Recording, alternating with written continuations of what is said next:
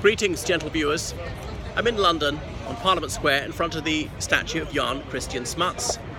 Who was he? I think almost nobody knows these days. He was Prime Minister of South Africa. So, as it says on the pedestal, he was born in the year of grace 1870 in South Africa. He was an Afrikaner. That means he was of Dutch descent. People from the Netherlands landed in South Africa in 1652. So their version of Dutch later became known as Afrikaans. They said they were Afrikaners, so they were white Africans, really tried to emphasize that South Africa was their country, not the Netherlands. But anyway, they've been conquered by the British in the 1790s. So fast forward, there were two Afrikaner states in South Africa, the Orange Free State and the Transvaal. And they had accepted British paramountcy. That meant, well, what did that mean? It was very nebulous. Somehow they're part of the British Empire, they were largely independent, and therein lay the rub. There were two South African wars. So anyway, he was a very bright boy. He won a scholarship to Cambridge University where he read law. Bear in mind, of course, English was a foreign language for him, but most of the lectures were in Latin. He was called to the bar in London. He then returned to his native South Africa where he did very well in legal practice.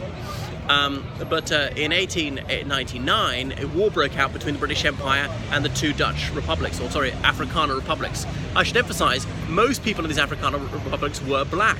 They were of the Bantu tribes, they spoke Bantu languages, some of them spoke Afrikaans, a few of them spoke English.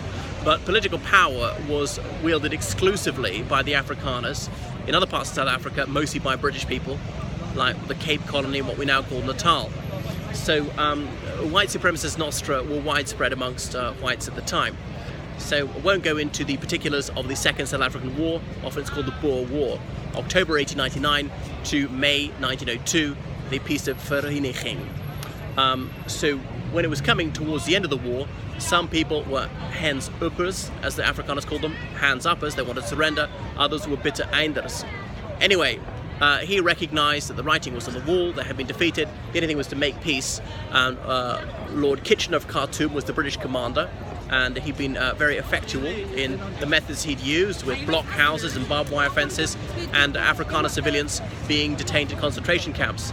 Now, the reason this word was used is because it was a fairly innocent word, and it is a lie to say that the British invented them. Actually, the Spanish colonial authorities invented them in Cuba several years earlier. Not a single person was killed in a concentration camp there. Yes, it is true some died. There is a natural mortality in any population, especially when they're very diffuse farmers and brought into camps of tens of thousands of people, and their immune system is not used to coming into contact with other infections. Anyway, so they were obviously fed and housed and given medical care. Not always adequate. Nobody was forced to work.